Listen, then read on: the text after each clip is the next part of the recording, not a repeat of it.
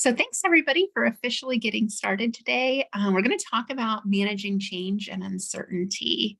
And one of the beautiful things about this work, doing diversity work for a living, is it is constant change and uncertainty. And we're at a time when I think 2023, where there's so much uncertainty in the world. If there's any word I could use to pinpoint what we've been experiencing this year, it has been a constant drip of just uncertainty and not knowing what's going to happen next. So my background, I spent 9 years in corporate education around diversity, equity, and inclusion. I've written 5 books on diversity, equity, inclusion through the lens of allyship and how to help people that are different from yourself.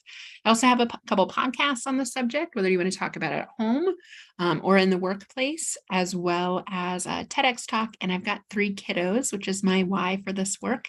I want the world to be more inclusive for them. I want them to grow up in a place where they see themselves reflected and they feel seen, heard, and belong. Before starting this business 9 years ago, I did the corporate thing. I spent 12 years in corporate in a variety of people leader settings in a variety of industries. And I never saw myself reflected. I never felt that sense of belonging. So we're really focused on inclusive leadership and helping everybody feel that sense of belonging. And change is a big part of this. And so what to expect today, we only have an hour. I wish we could solve the world's problems. What I promise is you'll walk away with some tangible takeaways. We're going to talk about a proven model around change and uncertainty, and we'll talk about some scenarios. And again, provide a lot of data to support the business case for a continual focus on inclusion. But what we're not going to do is tell you exactly what to do. That's up to you to decide. And there's a middle ground. For some of you, this might feel like nothing new. For some of you, this might feel like a lot new. For most of you, it's probably going to be somewhere in between. Okay, so we're going to try to strike that balance of somewhere in between. Just to set expectations for today. First of all, change can be hard. And the more that we say it's hard, the more we give power to that truth and make it feel real. So we'll talk about why that it can be hard on the human brain, how to lead with influence during times of change that we're under right now, and then the change curve. So there's kind of 4 key steps that all humans go through times of change. I want you to think about a time you're experiencing change, perhaps now or in the past, and we'll walk through what that change curve looks like with some scenarios based on real life things that we hear about in the workplace. And at the end of the hour, I'd love to just hear one thing you're taking away from the conversation. So again, if you haven't introduced yourself in the chat, please do so. I see Jonathan there. Hey, Caroline. Catherine will be sharing a bunch of resources there as well.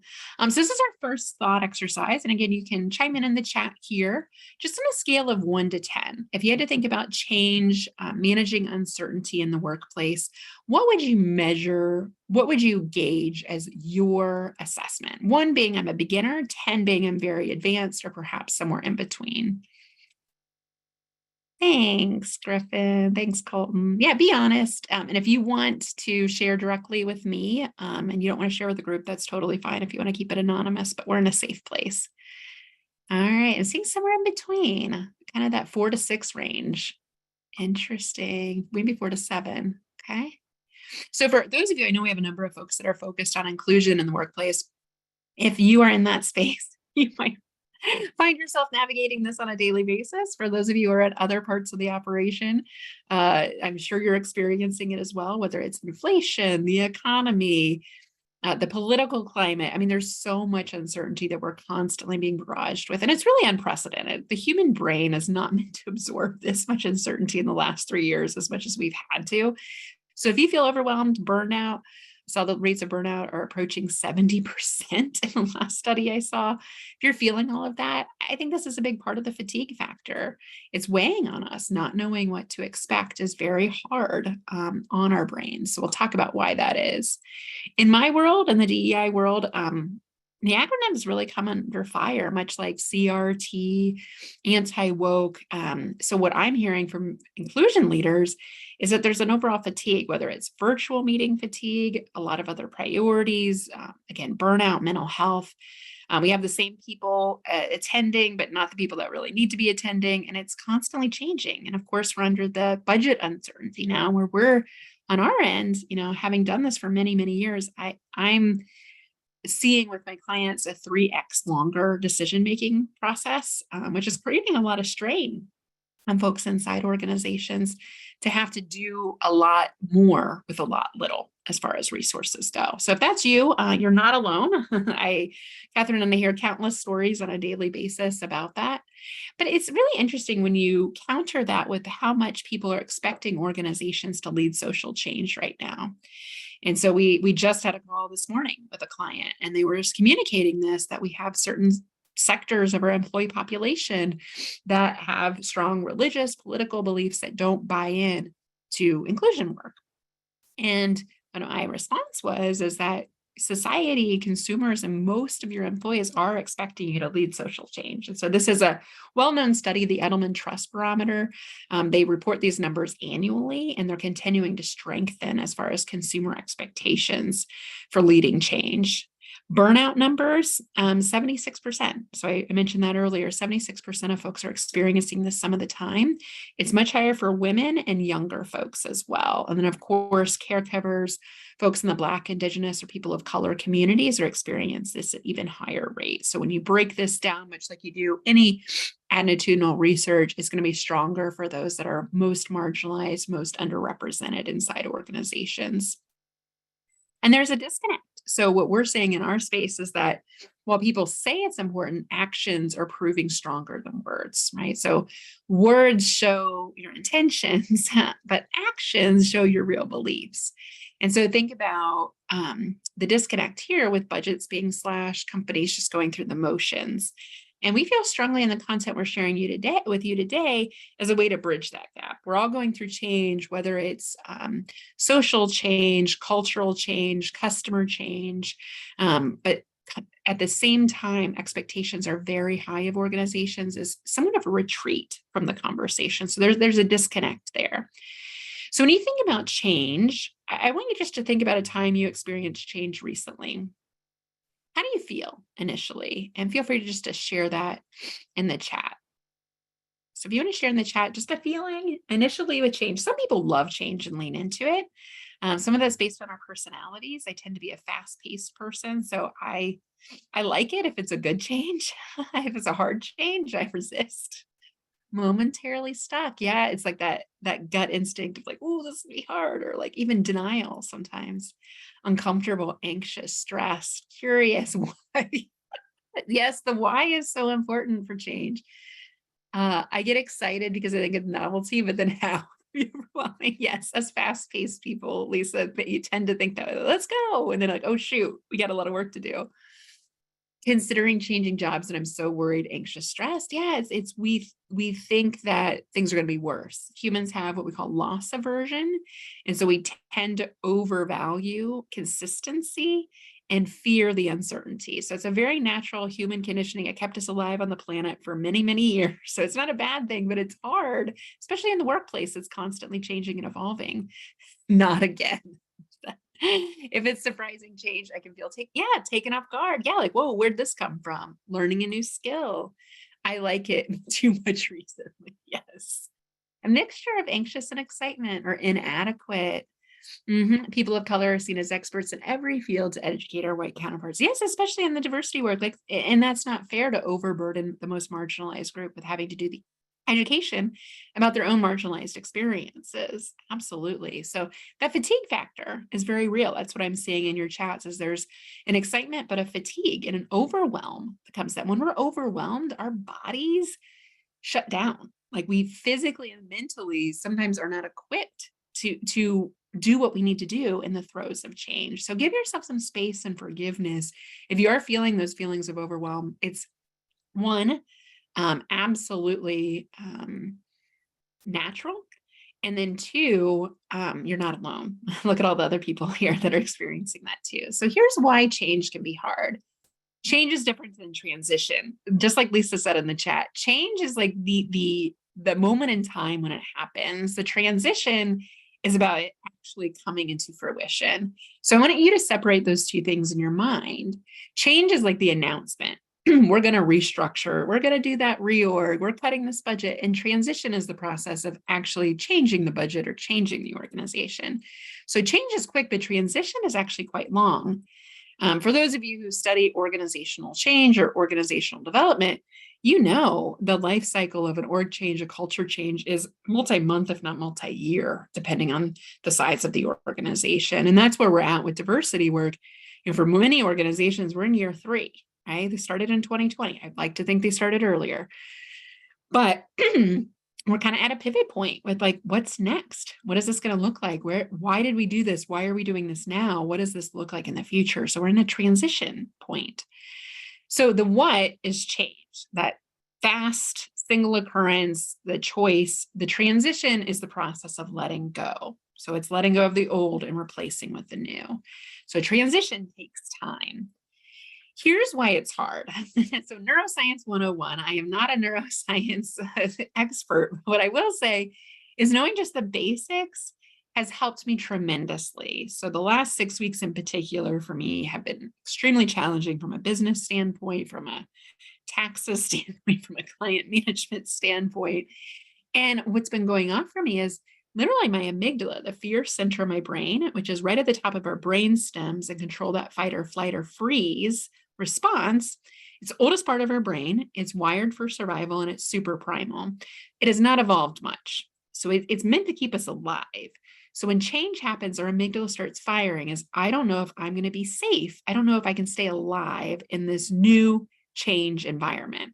So as we go through a transition, the amygdala starts to slow down and cue in our neocortex, which is responsible for our rational thought. But for the majority of the transition time, we're living in that limbic system. It's like, I'm worried, I'm anxious, I'm scared, because that's the oldest part of our brain. And when we're amygdala is hijacked, it actually turns off to conserve energy, turns off the neocortex, the frontal part of our brain, so that we can't even rationally think. So I've had clients actually share that when their amygdala gets hijacked and, they're put on the spot, something, get really negative feedback, they're called out in front of people, something that's super triggering, they actually can't remember what happened. Like you could black out because the neocortex is not working. So all that to say, when you're in the throes of an amygdala hijack, it's not the best time to communicate. You're going to come off stressed. You're going to come off scared. You might say or do things that are really atypical and quite scary for other people. But this is what's happening in our brain with severe change, anxiety, and the transition process because we're scared. Fear comes in from a lot of potential barriers that could be real or real in our brains. A lot of times they're not very real, but we think because we don't have certainty, we fill in uncertainty with what we think we know. So someone mentioned job loss or change. Really stressful. That is a huge change to your livelihood, to 40 hours plus a week you're probably spending there. Coworkers, relationships, new skills. And when we're out of our comfort zone, we can't learn when we're comfortable. Poor experience with a past change. Why again? Why is this happening again? Someone shared that in the chat. Why now? Uncertainty of expectations. So all of these fears can be somewhat managed if we manage them proactively. But in the moment, they're very, very scary. And the more that we don't label these fears, the more that we try to push them down and hide them and minimize them, the more power and actually the bigger that they get. So I mentioned, I've gone through tremendous change here in the last 6 weeks, and I'd like to think I'm somewhat on the other side of it, although change is not a linear process. The transition, you could take a step forward and a step back. The thing that's helped me is by labeling the fears. Like, is this real? Is this not real? What am I experiencing? Well, what emotion am I experiencing right now? What is a positive emotion I could replace that with? Not to practice toxic positivity, but to kind of self-talk my through them. I've done things like this before. I've managed hard things before. I'm doing my best. Having some of those affirmations, especially when that fear is just feeling very alive in our body, can help. It's not a 100% foolproof remedy, but it is helpful in the moment to quiet the fears. Yeah, also not being included or a part of the change process can lead to resistance and difficulty. Yeah, thanks, Jacinta, for adding to that. Who wants to add other barriers? So add other barriers in the chat I might have left out. Big one. I see that's resonating with Colton as well. Yeah, when we don't know about the change and then it's communicated to us, our first question is why, right? And what's in it for me? So those are 2 strategies I'm going to get into. That's a preview. If you don't talk about what the why with change, you're creating uncertainty with the change. Margaret? Did you want to speak? Yes, the why, the why. Thanks, Jacinta. Yeah, the why.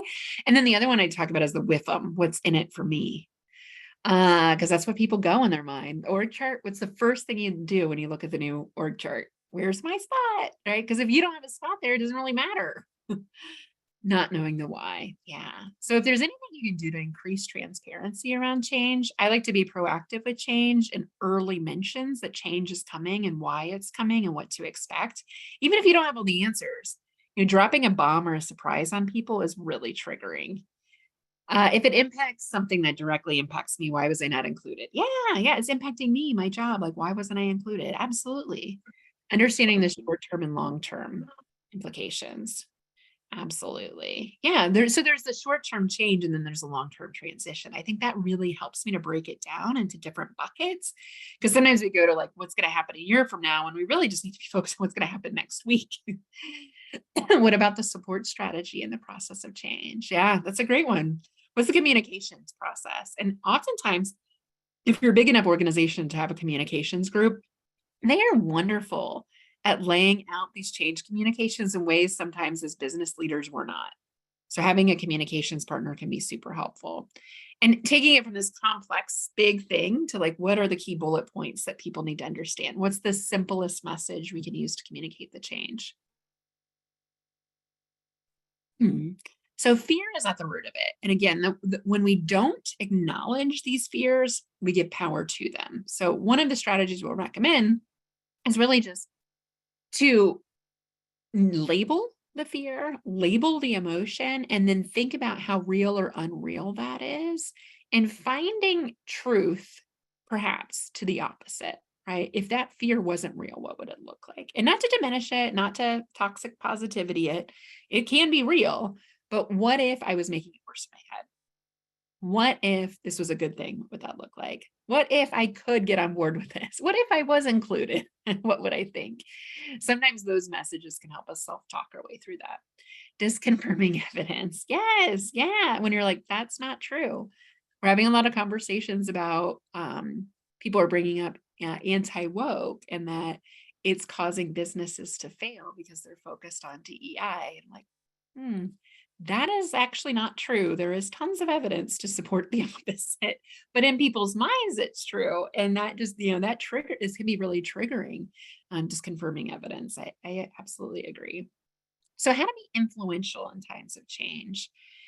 All right, so here's the tough part. You cannot wave a magic wand and change the world. I haven't found it yet. I haven't found the magic wand, but if you go first and model you're okay with the change, people are more likely to follow suit. Okay, so especially if you're a leader, do the hard part first and try to coach yourself into what if this was okay? What if this was a good thing? What would that look like? What if I could get on board? How could I do that? So if you take a step first, your team is more likely to follow suit. But if you're resistant, they're going to be resistant. Start with the why. You all said that. You need to know the rationale, the impact on the business, the team, why we're doing this. How did we get to this decision? What's different? What's the same? I love this quote by Brene Brown. Anyone that follows her work, Dare to Lead.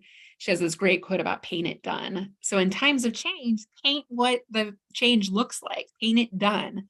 So what we tend to do if we're a part of the change conversation is we tend to know what it looks like because we've been a part of the conversation, but other people that are just hearing the new information don't have all that context.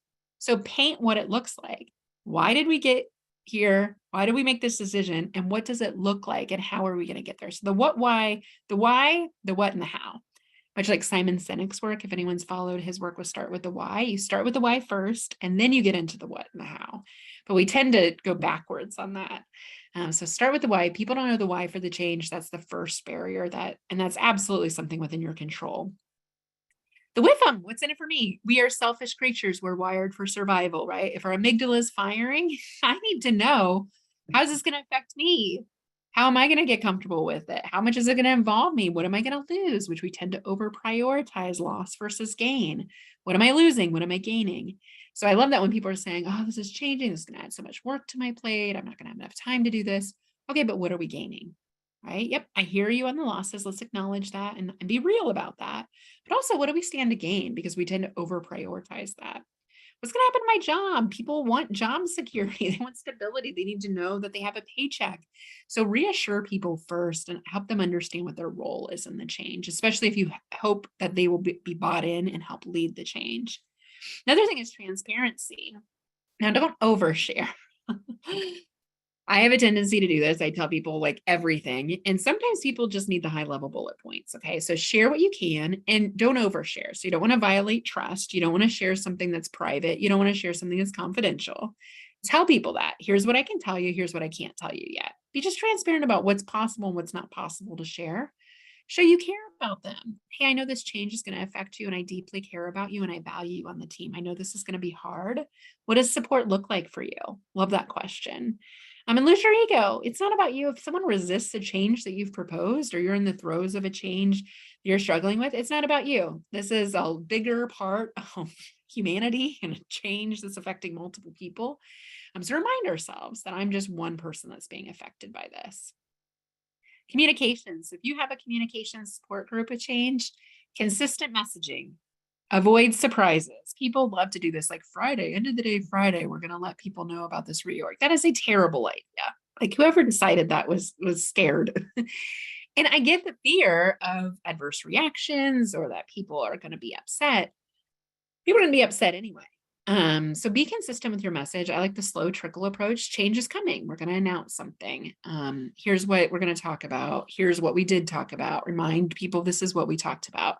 It's a slow trickle process. People need to hear messages like 7 times to actually believe that they're true. And be intentional about it. Intentional and consistent is so important with change communications and all change management. I love curiosity in times of change. So these are some phrases I love.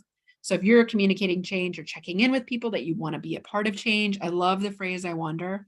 Hey, I wonder what this is going to be like. I wonder what you think. What's one thing you're struggling with? What's one thing that's a positive? I love doing a good pros and cons list because we tend to overemphasize the cons. What if this was a good thing? What if they had good intentions? What if this plan is more well thought out than I thought it was? What if this is going to be a positive thing for my team? What if questions, scenarios are so fun to play around with. And I get it. A lot of times if someone's struggling with change, it's just like, I get it. I used to think that too, or I struggled too. Empathy. Jump in the hole with people. Let them know that it wasn't easy for you. This isn't easy stuff. So pretending we're superhuman is not helpful. We need to lead with vulnerability and empathy and curiosity.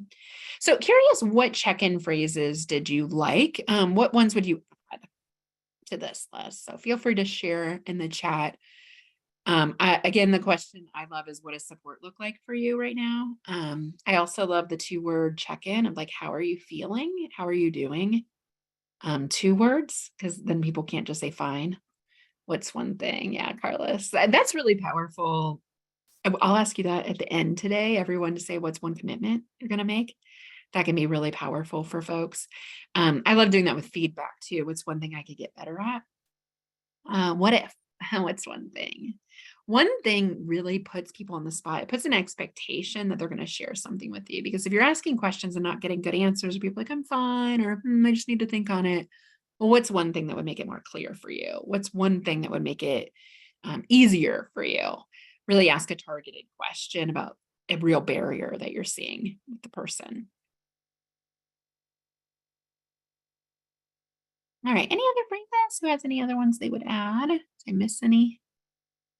And I'll keep my marching. So here's the powerful part of today. This is super helpful, again, for me as somebody that's in the throes, our organization is in the throes of a lot of change, and pivot, the brand next pivot point has never been more relevant than it is today.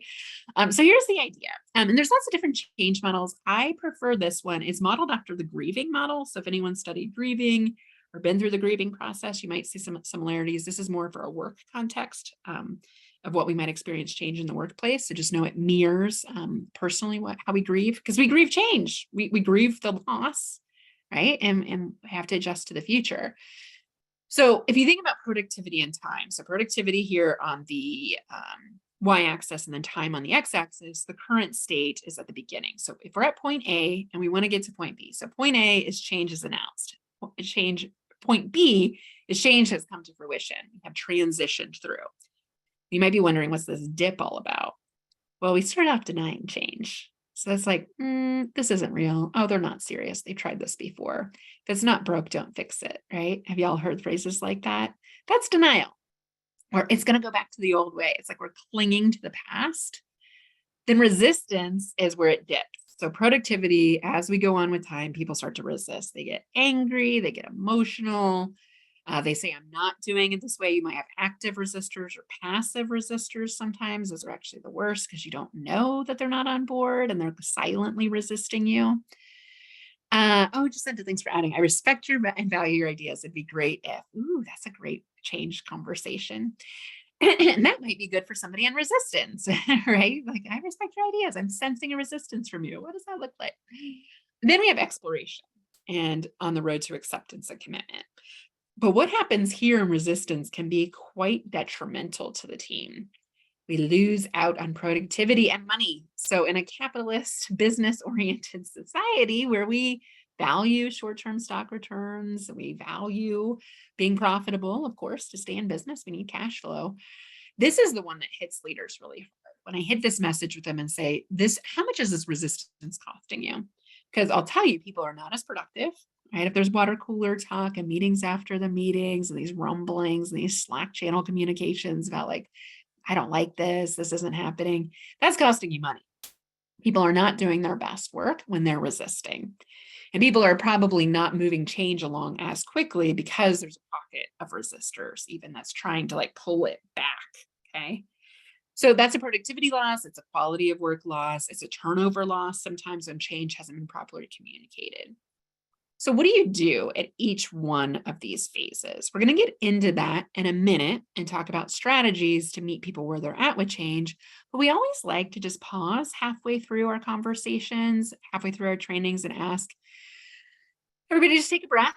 If you're like me and you're back-to-back Zoom calls and meetings all day, you might be a little fatigued.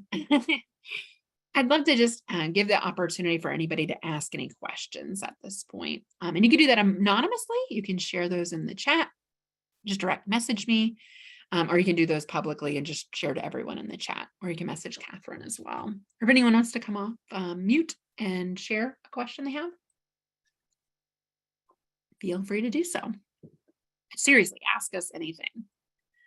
How do you deal with disruptors in the change process? Yes, those resistors. I've got some strategies for you in a minute. So I promise you I'll get to it. And just if you still have that question, loop me back and hold me accountable to not answering that, but I promise you I'll get there. The lean principles, this is being utilized quite a bit at the moment. Yes. Yeah. So lean, Six Sigma is what I used to be a part of back in my corporate days.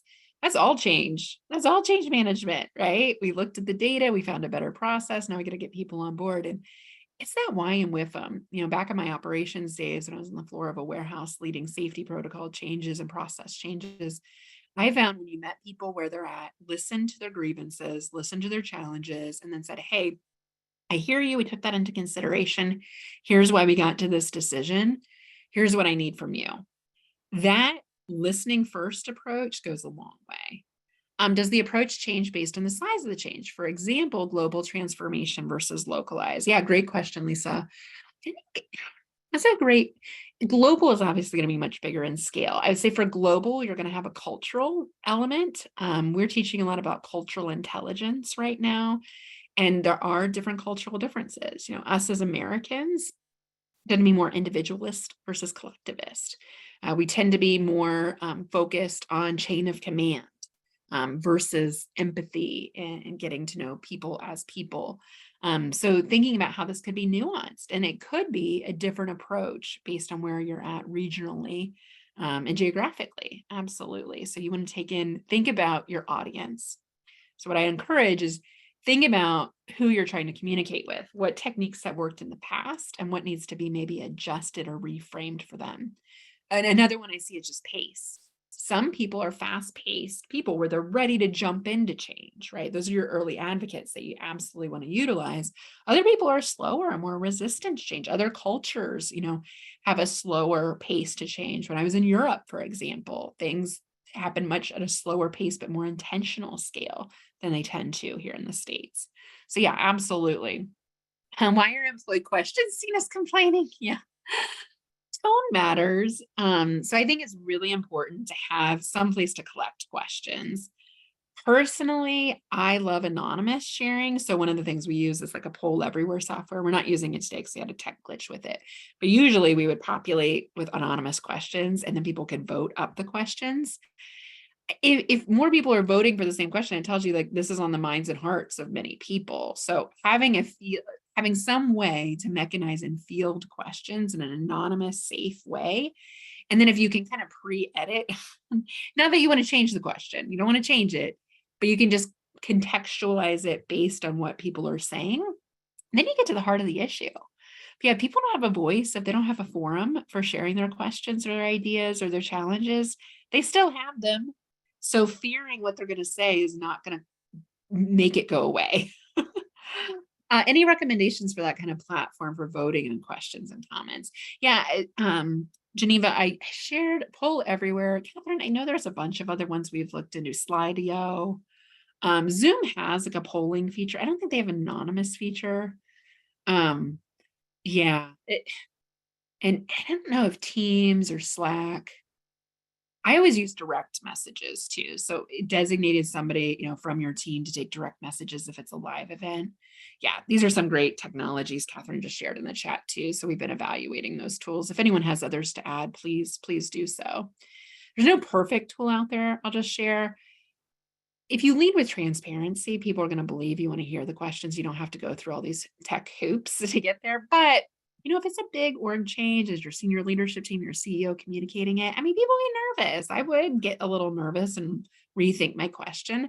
Having a place where people can anonymously and bravely and safely share is really important. And so much of that is therapeutic, right? So much of that is just relief and like, well, at least I was heard. You don't have to change based on the feedback. People just want to be heard more often than anything. They just want to know that you thought through the challenge that they have. And even if it doesn't go their way, that at least their voice was heard. So the question that was asked before, what do you do? So each of the 4 stages, this is what it looks like. So denial is like, things are fine. Why? Why do we need to change? Because you haven't communicated the why proactively, right? So that's definitely something that could be changed. If it's not broke, don't fix it. I don't hear that language as much anymore. It's more just like, well, they're trying to find a way to distance themselves from it, like it's not happening. So denial, just like the grieving process, it's like this isn't happening. I remember when I lost my mother many, many years ago, that was the first thing I went through. I was like, no, this isn't happening. It was weeks where I just was in just a perpetual state of denial before then we move into resistance. So what does denial look like for you? Is it some of that uncertainty, unawareness, disinterest, distance? Does it help a company change if leadership skews the truth behind the change? I don't think skewing truth helps, especially people are really good at reading between the lines.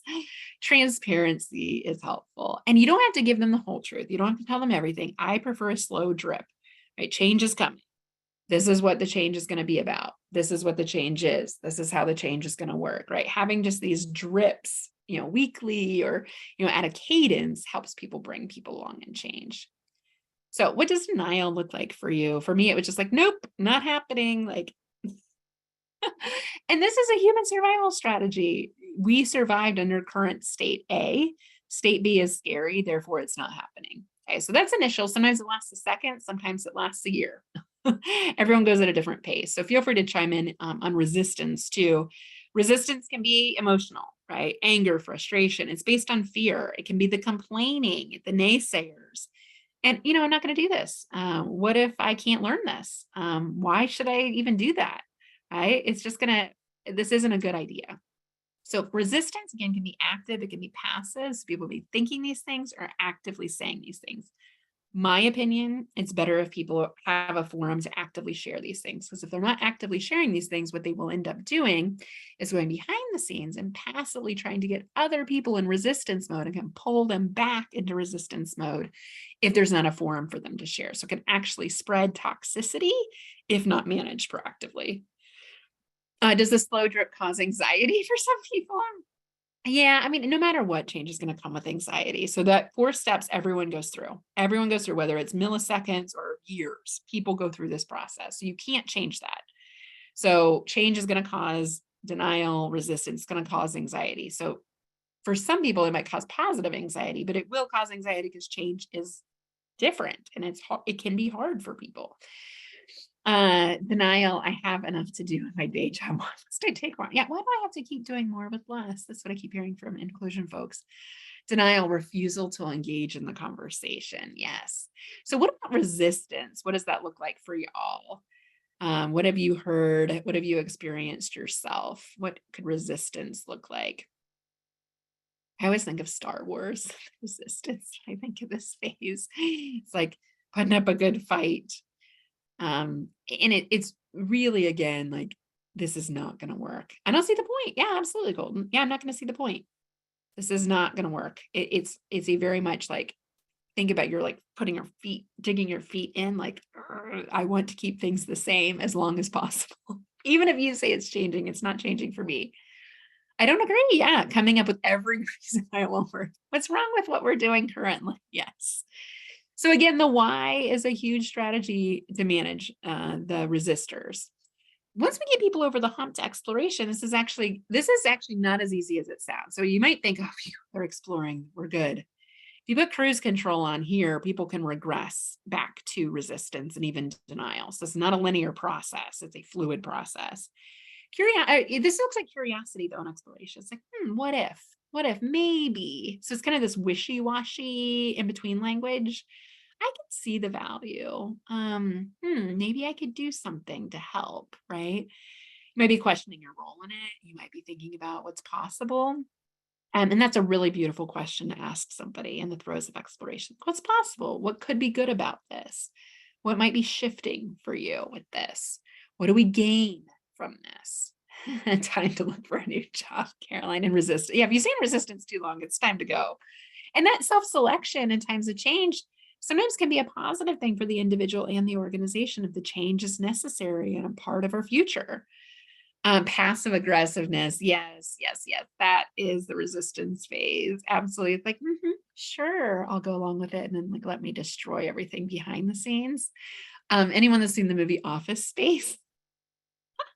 It's an oldie but goodie. Remember when they like destroy the printer lawn? It's like so funny. That's super passive aggressive and obviously costly to that organization. Really poor leadership examples there that are funny because they're true. So exploration, what does that look like for you? How do you deal with exploration? Does it help if the company changes leadership skews beyond the change? Oh, no. Yeah. Lead with transparency. I think that the leadership team has to model this first and foremost. People will not buy in if the leadership's not engaged and if they're not being fully truthful. So I'll just give you an example of that. Like when I was a people leader, I would have to communicate change that came from the top of the organization. I was a middle manager, so I would have to communicate change from the top to the frontline employees. And I remember like putting on my happy face and like, everyone, this is going to be so good. And like, my body language was not in synchronicity with what I was saying. So my team would be like, Julie, you look like you're happy, but we can tell you're hiding something. So if you think you're skewing it, you probably aren't doing as good of a job as you think you are. Just be honest. And what I found is I couldn't tell people everything. So what I would say is like, here's what I can share. Here's what I can't share and why. You don't have to tell them everything. And oversharing can destroy trust. Yeah, top down for sure. It has to be modeled at the top. So what does exploration look like for you? Like, I'm curious, I'm considering, I'm thinking about it. Again, what do I gain? What does it look like? Those are all exploration signals for folks. And then last but not least, commitment. And again, you're not in the home stretch. You're not done at the commitment phase, but you're pretty close. Okay. I want to be involved. What can I do to help is a great commitment phrase someone might ask, or I feel good about this. This feels good. You're not going to get this initially when you announce change. People will, again, go through denial, resistance, exploration before getting here. So don't expect the first words out of someone's mouth to be this. I think that's what we expect as leaders because we're already committed, but the team isn't committed yet, right? So we have had time to adjust. They are just learning about this and are at the beginning of the change process. So if you want people to jump on board, give them time, give them information, give them space, and let them go through that process. Remind yourself that first thing will be denial, it might be resistance. So what does commitment look like for you?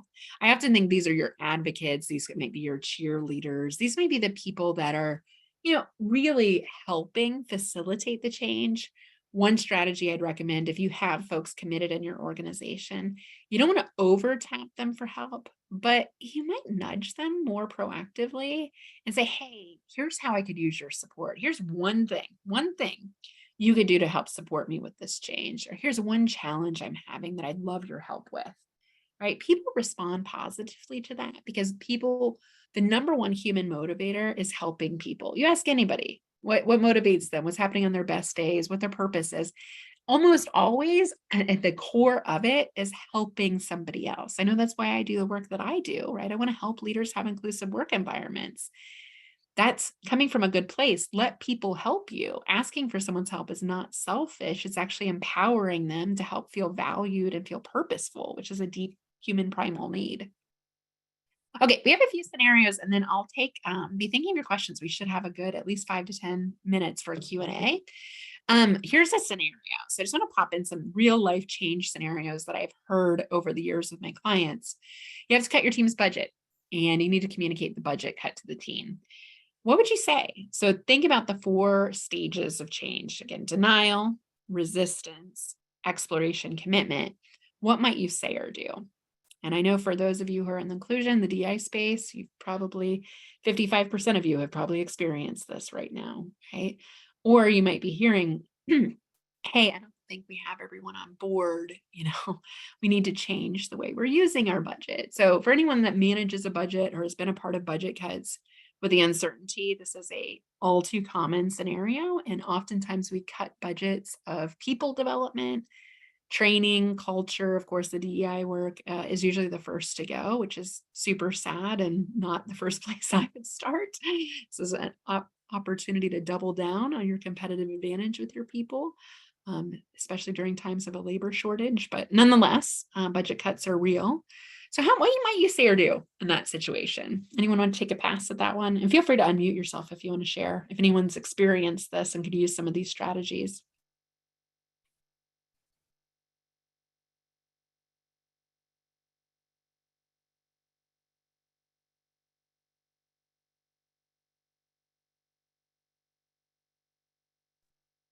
Hello, my name is Michelle. Hey, Michelle. Hi, what you can do is when changes happen in a company, tell the people like what the company's at and maybe tell them what the competition is doing and tell them, okay, then we might be like first in the market. And now we're like in the 3rd position. We can't find people that to fill the position we have in our company. So we have to cut the budget. Because we have to cut the budget, that means that there will be more work placed upon you. And basically, we're just trying to move the business forward, and we need your commitment. And basically, they would probably have better job security, knowing they're going to acquire new skills. And then they're going to acquire new skills to, I guess, make it more competitive in the market if you decide to leave your company in the future. Yeah, Michelle, that was awesome. Yeah, the why, here's how we got here. We're living in a marketplace position. We got to cut the budget. Here's what's expected of you, and here's what's in it for you. I love that. You hit on so many of the strategies there. I think just being real with people, like the market is really challenging right now. It's not just us that's experiencing in this. Here's where we're at. We got to do things differently to pivot, or we may not have a business in the future. I mean, you don't want to scare people, but I think being really critically honest, if it's a cash flow issue or a true profitability issue. Yeah, leading with transparency about why they're happening and elicit feedback from the team on where they think they can cut it back. Yeah, that's a great one. So if you just lead with like, I've already made the decision and you're not open to any feedback, if possible, let them be a part of that, especially if it has to do with their workload, right? Where could you add more work? Where could you take off less work? What tasks do you enjoy doing? What tasks are you good at doing? Because if you ask people to do things they're not good at doing and don't enjoy doing, it's the quickest way to lose people. And that's not a smart business decision because you're not going to get the best work, best product out of them. Also, they can probably give you suggestions. Like you may think of one way to do something, and if you involve them in suggestions, it might be something that, because if people give suggestions for something, more than likely they're going to want to take responsibility for that role. then tell them you're going to be doing this, this, and this, and this, and this. But if they give you suggestions, then 9 times out of 10, whatever they suggested, they will be dedicated to get the results done because they suggested it. Yep. And Michelle, you're talking about buy-in.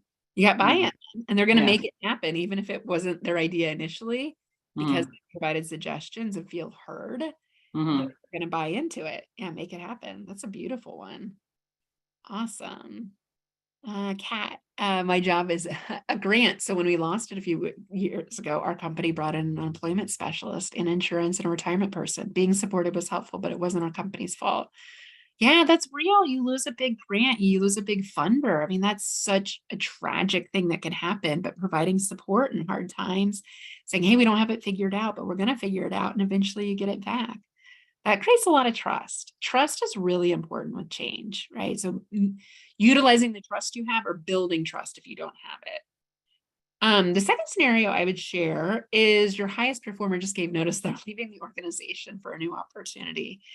This is a hard one. Has anyone experienced this lately? There's so much shuffling. The great resignation has very much continued, and high performers are leaving at high rates, often due to toxic, non-inclusive workplaces. And so when this happens, how do we communicate it? Anyone want to take a pass at this one?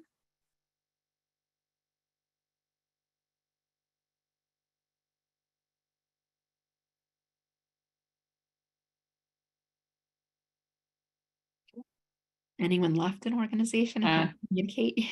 Yeah, go for it. I would ask them why they're leaving, how long did they feel this way, and basically what I can do for them to stay. Because sometimes people, it could be something like, because now how we had COVID, they might say, you know what? Like I live in Toronto and they're fixing a street because they have like a new subway system coming in, and the construction starts yesterday and it will take 4.5 years. Oh no. Yeah. And they also have like what they call the Eglin Crosstown. It was supposed to be finished at 2021. And now we're 2023. And now they're saying the same company that's doing the one on Queen Street West, they're saying like, if they told us 2021 and we're 2023, why should we believe it? Because Right. one guy says, hopefully I'll be alive when this is finished. Yeah. Yeah. So it Well, could, and so it it can could, mess with trust if you yeah, set false expectations. So setting yeah, realistic expectations and then updating people along the way, it's mhm, taking longer than we anticipated, right? Instead of just saying like, okay, it's 2023. Yeah, I guess it's not going to be done till next year. That's yeah. really frustrating. And then they don't believe you the next time you communicate change. Yeah, and the Metrolinx is doing it is not having any meetings with the public or anything like that. Because Yeah. sometimes it could be, maybe that's the reason why the high performance person it is. Maybe they feel they're not valued. So if you give like ask them like how long have they been feeling this way, and basically is there like, for example, is it basically a personal reason why they're leaving? Is it the transportation? Is it because of the income in their household has changed? Because some people could be simple like, okay, then there's my kid goes to a different daycare. I'm traveling further, and you may be able to keep them in your organization because it's something that you think that you, I guess they might think you may not accept the change, and instead of talking to you about the change, they go for another company, but maybe the change they're looking for, you can offer it to them. Yeah, and this one too is about communication of a change. If someone has departed, you can't always share the why I would share in this scenario, but you can reassure people about how you've already redistributed the workload, that you've acknowledged if there is a why, that we're working on it as an organization. But the WIFM, again, it goes back to what's in it for the organization. How will this affect people that are staying? I saw Tiffany's chat, employees leave toxic management, not necessarily their duties. Yeah, that's absolutely true. So in the last few minutes, I just wanted to quickly share some ideas. So just quickly share some ideas. This is what we're hearing from clients in the throes of change on workplace culture, workplace inclusion. This is where the conversation seems to be: one, on measurement. So if you're not measuring employee attitudes, if you're not measuring perceptions around inclusion, engagement, that is absolutely critical. We can't fix something if we don't know where we are today and what our goal is for the future. Road mapping, most of our clients 3 years ago built a strategy or built a roadmap or a tactic list, an initiative list. It's probably time for a refresh. Targeted training for middle management, that's a huge miss on this. This type of training, change management, trust building, inclusive leadership skills, and scenario, much like we just did with those scenarios. A lot of times you can do user-generated scenarios to walk people through change and uncertainty and get them to practice. That actually tricks your brain into being more confident in a real life scenario because you've already went through the process before and now you have the tools to use it, or right-sized approaches. So this is our road mapping tool. This is something that's, yeah, Carlos, the frozen middle. The frozen middle makes it sound like they can't change. I think they can change. They're the magic. That's who we need to change the most to get everyone on board. But the roadmap. So I'd encourage you, especially if you're looking at diversity, equity, inclusion, know your starting point, build out that purpose, and then have that accountability plan. The other thing we're hearing a lot from our clients right now is focusing on inclusion. So inclusive leadership training is absolutely something core. So what we do, whether it's change and uncertainty, like you're seeing like a mini workshop today, again, we do deep dives into coaching skills, how to provide feedback, how to influence others, lots of tangential skills to today. And scenario-based learning, this is how people learn. And I would use real life examples that maybe are generalized from your actual organization. So you don't want to put somebody on the spot and use real names, but you could use a real life scenario or generalize a common scenario that happens for folks. And then the last thing is right size DEI. Think about how you could right size this. Thanks, Christina. And maybe do a slow drip campaign around change, around inclusion. I have a client that develops posters. We have a client that does a calendar of cultural celebrations. We have somebody that does icebreaker activities for all management meetings. That's a way to fold it into our culture and make that big change smaller. Yeah, do a pulse survey to check in on with people. How are they? So I asked you at the beginning your level of knowledge on the topic. I would love just to do a quick check-in on, now that you've seen the 4 steps of the change model. You've went through what that looks like with strategies to meet people where they're at. We talked about the with them and the why and our brain's structure and why it can be hard to process change and fear, all those different fears that can feel very real in the moment. If you could just drop in the chat level of knowledge pre and post. So at the beginning, I saw a lot of 4s, 5s, and 6s. How would you rate your level of knowledge on the topic of change now that you've been with us for the last hour or so? Oh, wow. That's a good before and after, Holly. Lots of strong scores here. 8s, 9s, 7s, lots of 8s. Yeah, just drop those in the chat. And then remember the one thing question that y'all liked. What's one thing I could do to support you? What's one thing we could do differently? What's one reaction you're having to this change? Great questions. I'm going to ask you the same question. One thing you could do with this content right away. Maybe you need to have a conversation with somebody that's hard about change. Maybe you need to communicate a change. Maybe you need to make a change in your life. Maybe you need to think about how you can get yourself through the change process, as again, the last 6 weeks have been scratching my head on how to coach myself through. This is hard stuff. It's not easy. Deep breaths. Yeah. Deep breaths. I mean, it sounds silly, but honestly, it cools our stress hormone, the cortisol that's going through our body, and adds oxygen to our blood system, which is really important to think clearly and calm down that amygdala that's firing really high. Meditation proactively at the beginning of the day has helped me, even if you just have time for like 3 or 4 minutes. And it doesn't have to be, this like deep thinking exercise. It's just not thinking about anything for a few minutes or doing a guided meditation. Hot yoga I've gotten into as well recently. So lots of different tactics that you can do to relax. Take a step back and give myself grace. Yeah, I love that. I absolutely give myself some grace. I'm doing my best. That's what I tell myself. This is what my best looks like. Practice eliciting feedback more when suggesting big changes and ideas. Yeah, that's a hard one because it feels like we're having to slow down. For me, that feels like I'm having to slow down. I just want to make the change. But if you get feedback and buy-in up front, much like Michelle said and Catherine said, it's much more manageable in the back end. Be more thoughtful with my change communication, even on small adjustments. Yeah, Colton, transparency. Here's what I can tell you, and here's what I can't. People really appreciate that. Learning that it takes someone 7 times to hear a message. I know it feels excessive, but it really does take that many times to believe it. So people are like, yeah, the first time, like, yeah, right.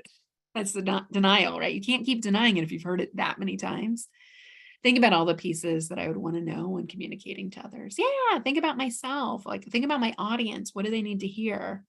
I'm going to use the what if to help others imagine what's possible so they can see that gain. Yeah, what if helps with loss aversion.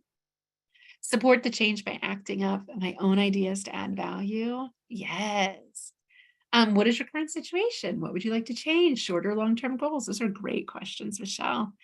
So stay in touch, folks. I know I would, sorry, I'd hope to do more Q&A. I know we answered a lot of questions there. So if I didn't answer one of your questions, shoot me a note.